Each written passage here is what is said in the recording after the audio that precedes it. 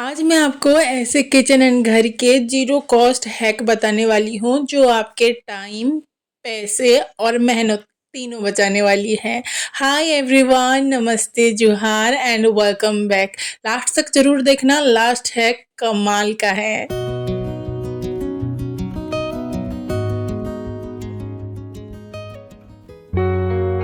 Indian kitchen में cooking से ज़्यादा चॉपिंग होती है और हम सब गृहिणी का फेवरेट ये चॉपर हर घर में खूब यूज होता है। लेकिन एक प्रॉब्लम है, इस चॉपर का कैप में जो इलास्टिक लगा होता है बार बार धोने से ये सड़ जाता है, टूट जाता है और फिर चॉपर कितना भी अच्छा क्यों ना हो ये बेकार हो जाता है। मेरे साथ भी यही प्रॉब्लम हो रही थी। एक चॉपर तो मेरा ऐसा ही बेकार पड़ा है। फिर मैंने सोचा इसका कुछ जीरो कॉस्ट जुगाड़ आइडिया तो निकालना पड़ेगा। बस हमें चाहिए ये प्लास्टिक का लीड जो हर किसी के घर में आसानी से मिल जाएगा। बस इसके बीच में एक छोटा सा होल करना है ताकि ये चॉपर का जो कैप है ना, उसमें जो बीच में एक डंडी टाइप का है उसमें घुस जाए। हाँ, लेकिन ध्यान रखना चॉपर के कैप के मेजरमेंट के हिसाब से ये लीड होना चाहिए, नहीं तो चॉपर में अच्छे से फिट नहीं आएगा। अगर लीड बड़ा हो रहा है तो सीजर के हेल्प से थोड़ा सा आप इसे कट कर सकते हैं। अभी कैप में ये आसानी से फिट हो रहा है। बस इस तरह से लगा के हमें कुछ भी हम चॉप कर सकते हैं, ओनियन, सलाद,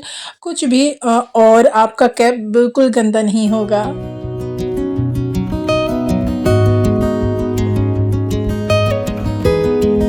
और यहाँ पे देख सकते हैं प्याज के जो छोटे छोटे टुकड़े हैं वो इस लीड में आ गए हैं और हमारा कैप बिल्कुल साफ है।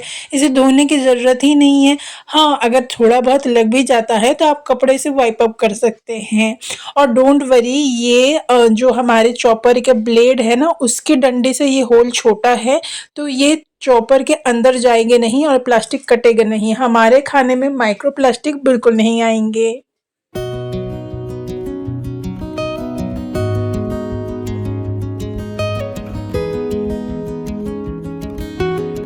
इस प्लास्टिक लीड को आप जितना मर्जी धोइए, कोई प्रॉब्लम नहीं। अगर आपको लगता है कि चॉपर के कैप में थोड़ा बहुत लग गया है या फिर स्मेल है तो आप कपड़े से उसे वाइप अप कर सकते हैं, थोड़ा सा पोंछ सकते हैं।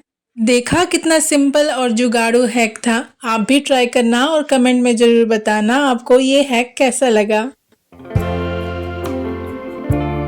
अक्सर हमारे साथ ये होता है कि जब भी हम हड़बड़ी में कुछ खाना बना रहे होते हैं तभी सिलेंडर खत्म हो जाता है और हमारी आदत जहाँ पे खाली जगह मिला नहीं वहाँ पे सामान ठूस देते हैं। जैसे कि सिलेंडर के सामने थोड़ा सा जगह बचा था तो एक्स्ट्रा जो भी प्लास्टिक के डब्बे वगैरह थे मैंने यहाँ पे रख दिया।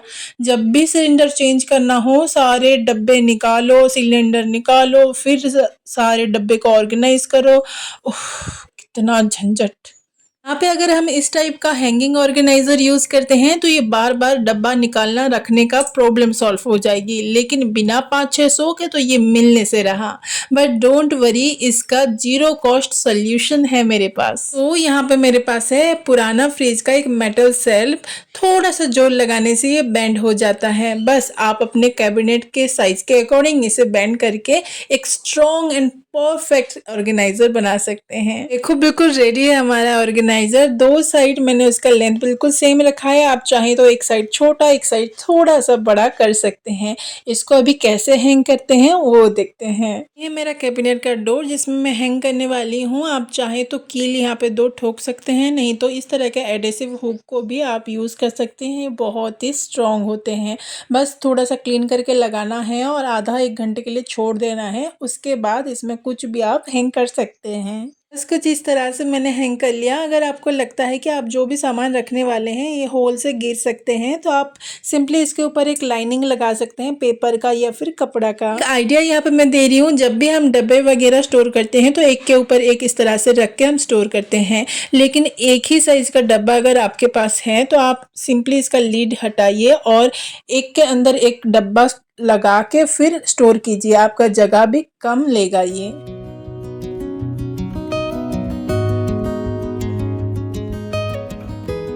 इस पे आप कुछ भी ऑर्गेनाइज कर सकते हो, चाहे चकला बेलन हो या चॉपिंग बोर्ड्स या फिर मेरी तरह एक्स्ट्रा डब्बा। मैं एक्स्ट्रा डब्बा के साथ साथ कुछ चौक जो सिलेंडर में डेट लिखने में काम आते हैं, कुछ क्लीनिंग ब्रश ऑर्गेनाइज कर रही हूँ।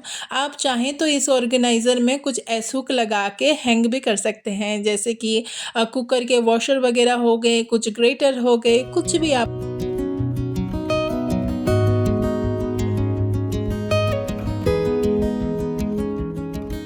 अब बिल्कुल प्रॉब्लम सॉल्व। बार बार सिलेंडर निकालने के टाइम सारे डब्बे सारे सामान निकालने की ज़रूरत नहीं। कैबिनेट भी क्लीन और सारा वेल ऑर्गेनाइज। बार बार इस कैबिनेट के डोर को मैं खोल के दिखा रही हूँ क्योंकि ये डब्बे बिल्कुल गिरने नहीं वाले हैं। इस ऑर्गेनाइजर में बिल्कुल टाइटली फिट आ रहे हैं।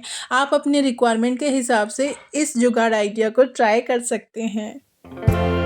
किचन में काम करते वक्त रोना तब आता है जब प्याज काटने की बारी आती है, लेकिन इसका एक सिंपल सा हैक है। प्याज को छिलके के साथ ही पानी में 15-20 मिनट डुबो के रखिए। छिलका भी बहुत आसानी से निकल जाएगा और काटने के वक्त रोना नहीं आएगा। छोटे छोटे हैक बहुत सिंपल होते हैं लेकिन बहुत काम के होते हैं। ये हैक आपको पहले से पता था या नहीं, कमेंट में ज़रूर बताना। स्टोर रूम के एक कबर्ड में अपने घर के एक्स्ट्रा टॉयलेटरी आइटम को स्टोर करके रखती हूँ। ऑर्गेनाइज अच्छे से ना होने के कारण कुछ भी ढूंढने जाओ आधा सामान तो नीचे गिर जाता है, फिर भी वो सामान मिलता नहीं है। जब भी मंथली शॉपिंग करने जाओ समझ में नहीं आता कौन सा सामान घर में ऑलरेडी है और कौन सा खत्म हो गया है। आज मैंने डिसाइड किया इसे तो ऑर्गेनाइज करना ही पड़ेगा, लेकिन बिल्कुल जीरो कॉस्ट। ना वॉलपेपर ना ही कोई ऑर्गेनाइजर यहाँ पे मैं परचेज करूंगी। पहले तो मैं इस कबर्ड को खाली कर लिया, अच्छे से लाइनिंग लगा ली और जो जो सामान डिस्कार्ड करना है वो कर लिया। जो सामान अभी डेली यूज में नहीं आता उसको ऊपर के सेल्फ में रख दिया। यहाँ पे मेरे पास एक प्लास्टिक का बकेट था, उसमें मैं जितने भी लिक्विड्स हैं उसको स्टोर करके रखी हूँ, जैसे कि detergent liquid, dish wash liquid, hand wash वगैरह। बाकी के सामान को ऑर्गेनाइज करने के लिए यहाँ पे मैं ऑर्गेनाइजर बनाऊंगी, ये कार्डबोर्ड के बॉक्स और ये पेपर का बैग यूज करके। कैसे, चलिए दिखते हैं। सभी के घर में डिफरेंट साइजेस और शेप के कार्डबोर्ड के बॉक्स मिल जाते हैं, इसी को यूज करके हम ऑर्गेनाइजर बनाएंगे। आप चाहें तो इसमें एज इट इज ऑर्गेनाइज कर सकते हैं बिना वॉलपेपर लगा के, लेकिन इस कार्डबोर्ड का स्मेल से ना कॉकरोच अट्रैक्ट होते हैं और जहाँ पे सीपेज वगैरह है वहाँ पे कार्डबोर्ड के बॉक्स जल्दी खराब हो जाते हैं। 3 कार्डबोर्ड के बॉक्स को मैं स्टेपलर के हेल्प से सिक्योर कर रही हूँ। आपके घर में किस टाइप का सामान आता है आप उस हिसाब से ऑर्गेनाइजर बनाइएगा। शूज बॉक्स है, इसे मैं यूज करके एक ऑर्गेनाइजर बना रही हूँ जिसमें फेस सोप और डिटर्जेंट सोप ऑर्गेनाइज करने वाली हूँ। इस बॉक्स का ऊपर का जो कवरिंग पार्ट है उसे कट करके मैं बीच में एज ए पार्टीशन यूज करूंगी। एक साइड फेस सोप रखूंगी और एक साइड डिटर्जेंट सोप। उसी तरह से कुछ कार्डबोर्ड बॉक्सेस बहुत ज्यादा हाइट होते हैं लेकिन हमें थोड़ा सा शॉर्ट ऑर्गेनाइजर चाहिए होता है।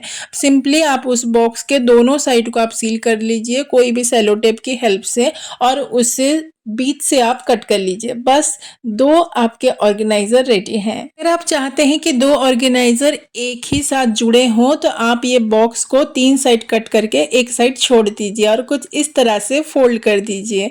बस आपके 2 ऑर्गेनाइजर एक साथ जुड़े रहेंगे। मैंने कहा था जीरो कॉस्ट ऑर्गेनाइजर बनाऊंगी, तो बिल्कुल हाँ, यहाँ पे मैं वॉलपेपर की जगह ये पुराने कैलेंडर पेपर का यूज कर रही हूँ। ये पेपर बहुत ही शाइनी और थिक होते हैं।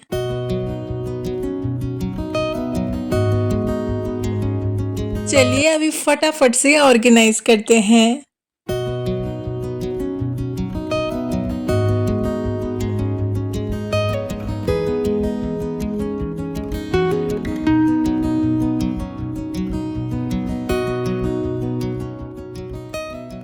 और इस तरह के छोटे छोटे पैकेट्स को ऑर्गेनाइज करने के लिए मैं इस तरह के ऑर्गेनाइजर की यूज़ करती हूँ जिसमें छोटे छोटे कांच के बाउल या फिर कप आते हैं जिसमें ऑलरेडी पार्टीशन बना होता है। अभी अच्छे से ऑर्गेनाइज हो गया, लेकिन ये क्या, ये जो वर्टिकल स्पेस है वो तो अच्छे से यूटिलाइज नहीं हो रहा, ये तो बिल्कुल वेस्ट जा रहे हैं। इसके लिए भी एक छोटा सा जुगाड़ करते हैं, वो भी जीरो कॉस्ट। वर्टिकल स्पेस को यूटिलाइज करने के लिए मैं एक स्टैंड बनाने वाली हूँ जिसके लिए मैं यूज़ करती हूँ ये पीवीसी एक बोर्ड जो मेरे घर में था, यूं ही पड़ा था, और ये रोल जो ज़्यादातर वॉलपेपर वगैरह मंगाने से आता है तो उसको एज ए स्टैंड में यूज़ करने वाली हूँ। सिंपली आप मेजरमेंट करके इस रोल को कट करेंगे और इस जो पीवीसी बोर्ड है उसके चारों तरफ एक एक स्टिक कर लेंगे।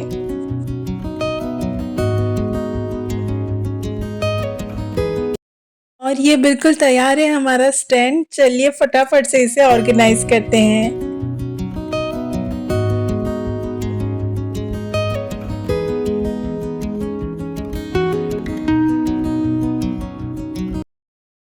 देखो, हो गया ना जीरो कॉस्ट ऑर्गेनाइज। अभी कुछ सामान ढूंढना हो या मंथली शॉपिंग में जाना हो, कोई मैश नहीं। अरे रुको रुको, कहाँ जा रहे हो? अभी जीरो कॉस्ट आइडिया बाकी है और लास्ट वाला तो जरूर देखना, आपको बहुत पसंद आएगी। लेकिन उससे पहले एक सिंपल जीरो कॉस्ट आइडिया। वैसे तो हमारे घर में खूब सारे शॉपिंग बैग्स इधर उधर फैलते रहते हैं, लेकिन जब हड़बड़ी होता है, जब चाहिए होता है, तब एक भी ढंग का नहीं मिलता। पहले तो आप सेपरेट कर लीजिए paper bag, grocery shopping bag और क्लस्टर वाले फैब्रिक बैग को। फिर अलग अलग उसे ऑर्गेनाइज कीजिए। एक ही डब्बे में सारे बैग को मत रखिए, क्योंकि सारे हर काम में यूज नहीं होते। यहाँ पे इस ऑर्गेनाइजर में मैं सारे ग्रोसरी वाले शॉपिंग बैग को ऑर्गेनाइज कर रही हूँ। कुछ इस तरह से फोल्ड के रखने से इसे निकालना और रखना ईजी होता है।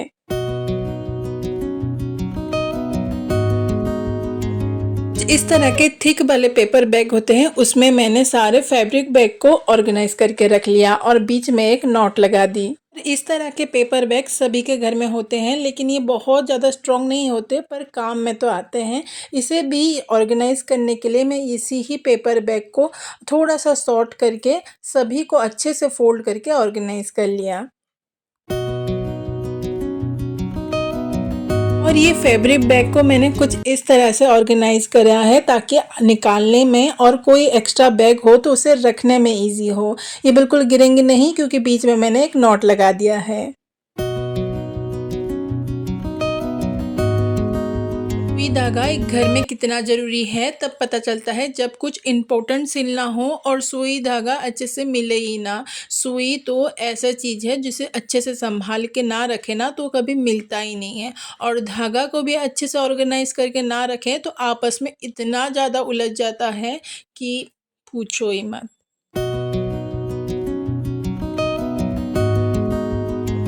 आज मैं अपने घर की सुई धागा को बहुत ही यूनिक तरीके से ऑर्गेनाइज करने वाली हूँ। आई एम श्योर आपको ये लास्ट हैक बहुत पसंद आने वाला है। बिना स्किप करके एंड तक जरूर देखिएगा। इसे ऑर्गेनाइज करने के लिए मैं एक थिक कार्डबोर्ड बॉक्स ली हूँ और इसका जो कवर है बहुत ही अच्छे से टाइटली लॉक हो जाता है।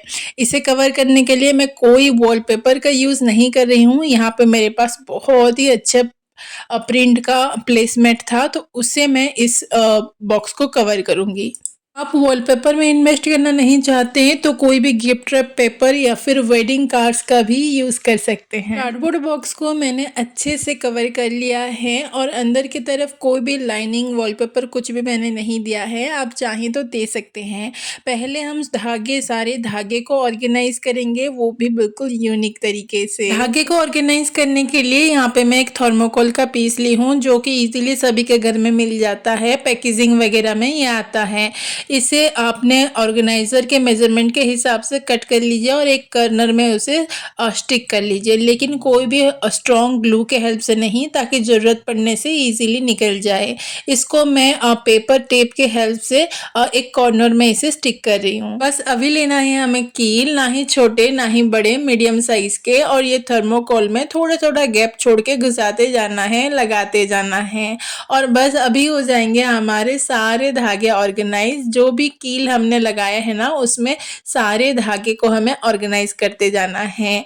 धागे कभी भी मिक्स नहीं होंगे, अपने जगह में खड़े रहेंगे। अभी पार्टीशन के लिए मैंने एक वेडिंग कार्ड्स को फोल्ड करके लगा दिया है, ताकि धागे वाले सेक्शन अलग ही रहें। जैसे कि ये बॉबिन को ऑर्गेनाइज करने के लिए मैं एक एम्प्टी क्रीम का डब्बा का यूज कर रही हूँ, और इस बॉबिन को इस तरह से सेट करके रखने से छोटे डब्बे में भी खूब सारे बॉबिन आ जाएंगे। और एक छोटे से डब्बे में मशीन की सुई और कुछ चौक रख रही हूँ मार्क करने के लिए। इस तरह के एक्रेलिक कलर के खाली डब्बे को भी हम यूज कर सकते हैं निकनेक चीजों को ऑर्गेनाइज करने के लिए, जैसे कि हुक, चिटचैट बटन भी हम ऑर्गेनाइज करेंगे सुई को, जो कि बहुत ट्रिकी होता है ऑर्गेनाइज करना। सिंपली आपको इस तरह के एम्प्टी एक्रेलिक बोतल लेना है, या फिर कोई भी छोटा सा बोतल ले सकते हैं, और उसमें ये थर्मोकोल के छोटे छोटे पीसेस को आपको फिल करना है एकदम टाइट, और उसमें सारे सुई छोटे बड़े सभी को लगा के रखना है। आपके सुई कभी भी नहीं गुम होंगे और टाइम पे सब कुछ मिलेगा, धागा भी और सुई भी।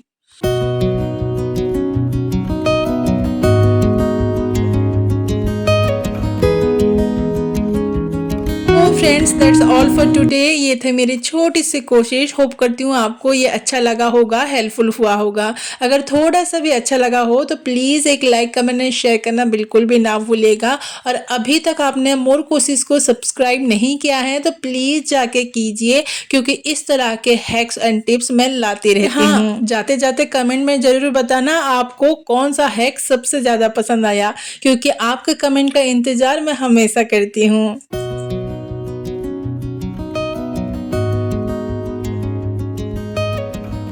तो फ्रेंड्स आज के लिए बस इतना ही। मिलते हैं अगले वीडियो में एक नई कोशिश के साथ। तब तक के लिए स्वस्थ रहें, मस्त रहें और कोशिश करते रहें। Bye bye.